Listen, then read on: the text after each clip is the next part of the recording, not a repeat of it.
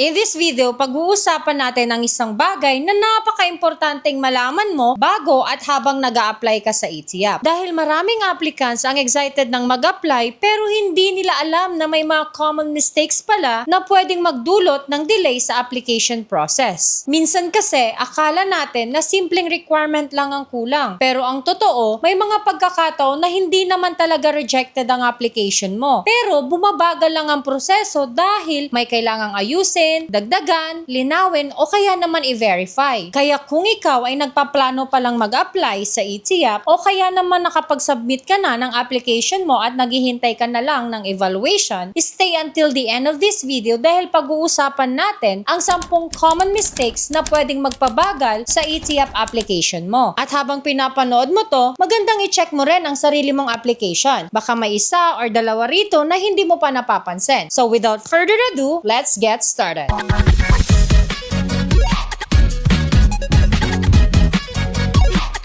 Hello everyone! Welcome back again to my channel. At kung bago ka pa lang dito, ang content natin ay tungkol sa ETIAP, mga degree programs, application process, requirements, schools, tuition, at iba pang importanteng information para sa mga working professionals at mga gustong makakuha ng bachelor's degree through ETIAP. So kung interested ka sa mga ganitong contents, huwag mong kakalimutang i-like ang video na to, i-subscribe mo na rin ang channel natin, at i-share mo na rin to sa mga kapwa mo working professionals na gusto ring makakuha ng bachelor's degree. At huwag mo rin kakalimutang i-click ang notification bell para updated ka sa mga susunod nating ETIAP videos.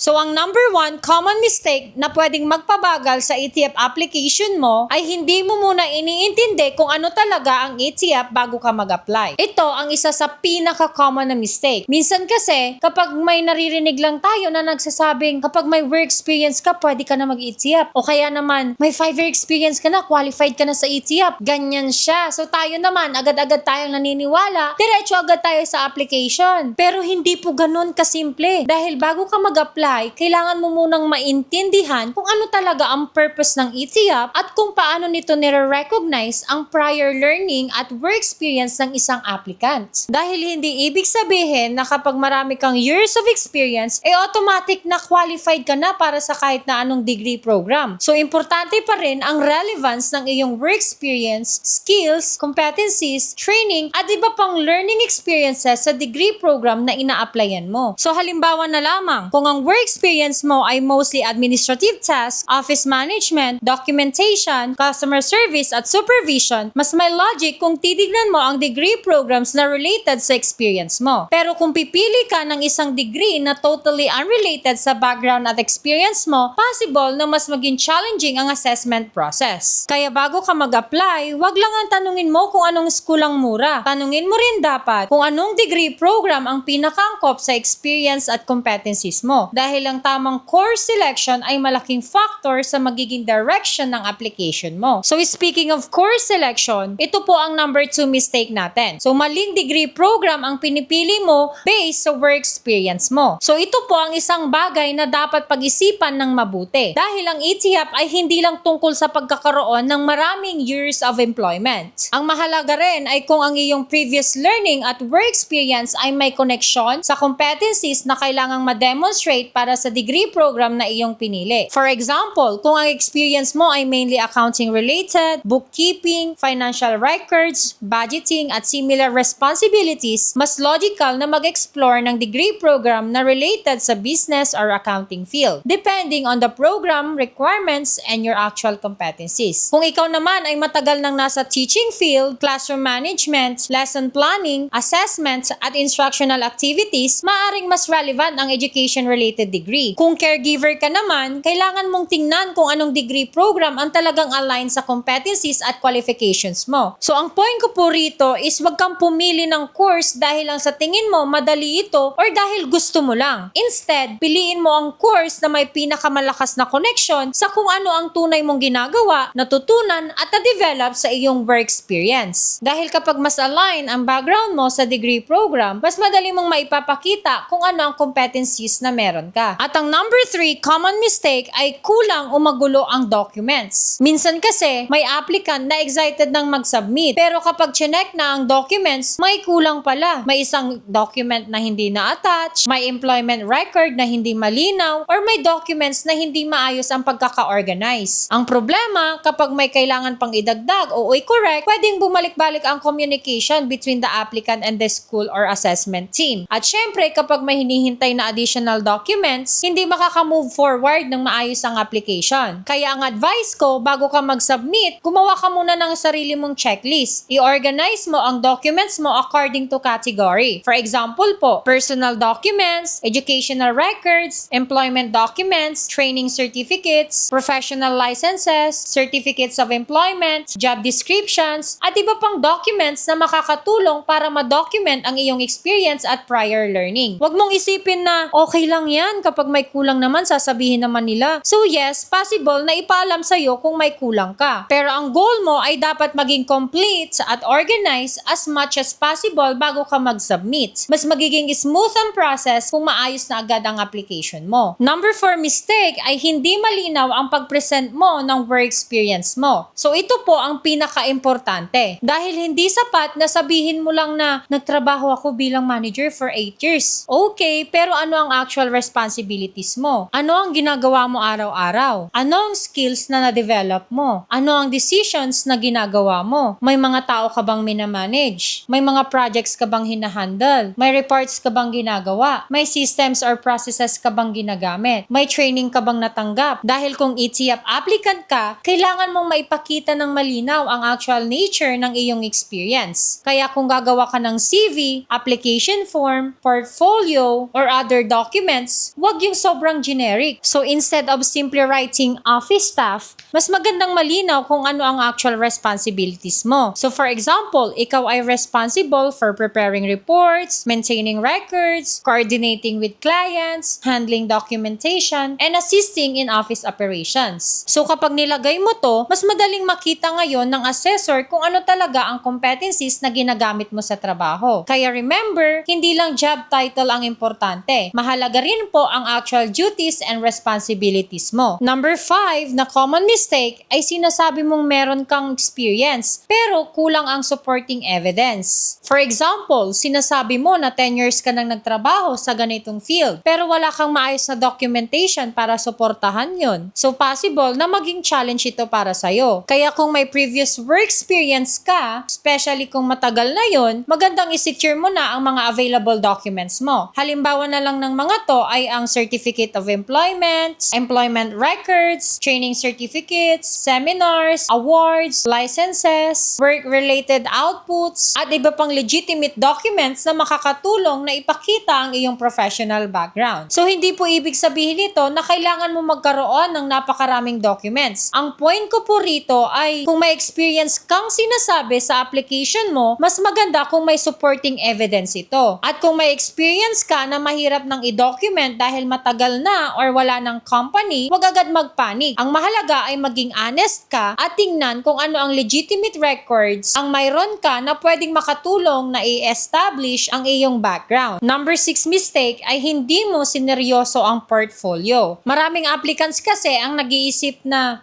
ilalagay ko lang lahat ng certificates ko. Pero ang isang magandang portfolio ay hindi lang basta collection ng documents. Dapat makita rito ang story ng iyong professional experience at learning journey. Ano ang ginawa mo? Ano ang natutunan mo? Ano ang competencies na na-develop mo? Ano ang achievements mo? Ano ang responsibilities mo? At paano mo na-apply ang iyong knowledge and skills sa actual work environment? Kaya kung gagawa ka ng portfolio, wag mo lang isipin kung ano yung mga documents na meron ka. Ang magandang isipin mo ay kung paano mo maipapakita ng malinaw kung ano ang competencies at learning experience na nakuha mo. Dahil ang portfolio mo ay dapat makatulong sa assessment ng iyong prior learning and experience. Kaya wag mo itong madaliin. I-organize mo ito ng maayos, i-check mo ang details at siguraduhin mong consistent ang information na makikita sa iba't ibang documents mo. Number 7 mistake ay inconsistent ang information sa mga documents or hindi tugma tama ang information sa application mo at sa supporting documents. Halimbawa, iba ang job title na nakalagay sa CV mo kumpara sa Certificate of Employment, or iba ang employment dates, or may discrepancy sa pangalan ng company, or may information na hindi nagtutugma sa ibang documents. So kapag may inconsistency, possible na kailangan itong linawin or i-verify. At kapag may kailangang i-clarify, syempre pwedeng magkaroon ng delay. Kaya bago ka mag-submit, basahin mo ulit lahat ng documents mo. Check the spelling of your name, check your employment dates, check your job titles, check the name of companies, check your educational background, at siguraduhin consistent ang information sa lahat ng documents. Hindi ibig sabihin na kapag may maliit na typo ay rejected ka na agad. Pero mas maganda kung maiiwasan mo na ang unnecessary questions or clarification sa application mo. Number 8 mistake ay mabagal kang sumagot kapag may follow-up or additional requirements. So ito po ay simple pero malaking bagay. Halimbawa na lamang, ikaw ay nag-apply. Then after a few days or weeks, may email or message na humihingi ng additional document or clarification. Pero hindi mo agad nabasa. Or nakita mo na pero nakalimutan mong replyan. Or sinabi mong, later ko na gagawin. Then lumipas ang ilang araw. So kapag ganito, natural na pwedeng madelay ang progress ng application mo. Kaya kung active ang application mo, make it a habit to check your email and messages regularly. Especially kung may inaabangan kang evaluation, assessment sa schedule, interview, or additional requirements. At kapag may hindi ka naintindihan sa request, wag mo ring hayaan ng matagal bago ka magtanong. Mas maganda ang mabilis at maayos na clarification kaysa sa mag-assume ka at mali pala ang ginawa mo. Number 9 mistake ay nag-a-apply ka kung saan-saan nang hindi mo naiintindihan ang process ng bawat institution. Dahil may mga applicants na ganito. May nakita silang post online. May nagsabi sa Facebook group na ganito. May nakita silang mura. Then, ang ginagawa po nila ay nag-a-apply sila agad. Pero hindi nila naintindihan kung ano ang process, ano ang requirements, ano ang assessment procedure, at ano ang expectations. So, ang problema, bawat institution may sari-sariling procedures at requirements within the framework of ETIAP. Kaya bago ka mag-commit sa isang application, make sure na naiintindihan mo ang process, ano ang requirements, ano ang assessments, ano ang documents, ano ang timeline, ano ang fees, at ano ang expected participation mo bilang applicant. Huwag kang basta-basta mag-base sa sinabi ng ibang tao. Remember na ang experience ng isang applicant ay maaaring iba sa experience ng ibang applicant. May differences sa degree program, work experience, assessment, documents, at institutional procedures. Kaya ang gawin mo, gamitin mo yung experience ng ibang tao as reference lang. Pero i-assess mo pa rin ang sarili mong situation. And the last, but not the least, common mistake ay ang number 10. Iniisip mo na dahil marami kang work experience, ay automatic na matatanggap ka na agad sa ETIAP. Again po, hindi po ganun kasimple. Ang work experience ay certainly important. Pero hindi ibig sabihin na kapag 10 years, 15 years, or 20 years ka nang nagtatrabaho, ay automatic na qualified ka na agad sa kahit anong degree program. So ang ETIAP ay tungkol sa recognition and assessment ng prior learning and competencies. Kaya kailangan mong maipakita kung paano connected ang iyong experience sa degree program na pinili mo. Kailangan mong maging prepared sa assessment process, kailangan mong maipakita ang iyong competencies, at kailangan mong maging honest sa iyong application. So instead na isipin mo, marami na akong work experience. Sure na ako na matatanggap na ako sa ETIAP. No, no, no. Ang mas magandang i-mindset mo ay may experience na ako at kailangan kong maipakita ng maayos kung ano ang mga natutunan at competencies na na-develop ko mula rito. So iyan po ang mas realistic na approach. At bago po tayo magtapos, may isang bonus mistake lang po akong gustong idagdag. At iyon ay masyado kang nagmamadali. Alam ko na maraming tao ang gustong makuha agad ng degree, lalo na kung matagal ka nang nagtatrabaho at gusto mo nang magkaroon ng formal recognition ng iyong work experience. Pero tandaan mo na hindi porket nagmamadali ka, kailangan mo na ding madaliin ang application. You have to take your time to prepare, i-check ang documents, piliin ang course na appropriate sa background mo, ayusin ang portfolio, i-review ang application form, at ihanda ang sarili mo para sa assessment. So mas okay nang maglaan ka ng extra time sa preparation kaysa mag-submit ka agad ng incomplete or poorly prepared application at magkaroon ng unnecessary delays later on. So ayun na po yung mga common mistakes na nagpapabagal sa ETIAP application mo. So kung nagpaplano kang mag-apply sa ETIAP, sana ay nakatulong sa iyo ang video na to. At kung nakapag-apply ka na, pwede mo rin namang gamitin ang listahang ito para i-review ang sarili mong application. Tandaan mo na hindi naman ibig sabihin na kapag nagkaroon ka ng isa sa mga mistakes na to ay automatic rejected ka na agad. Ang point ng video na to ay para matulungan kang maiwasan ang mga unnecessary delays at maging mas prepared ka sa application process. At kung may experience ka na sa ATF application, gusto kong malaman ang experience mo. Ano ang pinaka-challenging na part ng application process para sa'yo? Requirements ba? Portfolio ba? Course selection? Assessments? Or panel interview? Kung maaari ay i-comment mo sa baba dahil baka ang experience mo ay makatulong din sa ibang viewers na nagpaplano palang mag-apply. At kung nakatulong itong video na to sa'yo, huwag mong kakalimutang mag-like, subscribe, and click the notification bell para updated ka sa mga bagong ATF videos dito sa channel natin. Thank you for watching! Goodbye!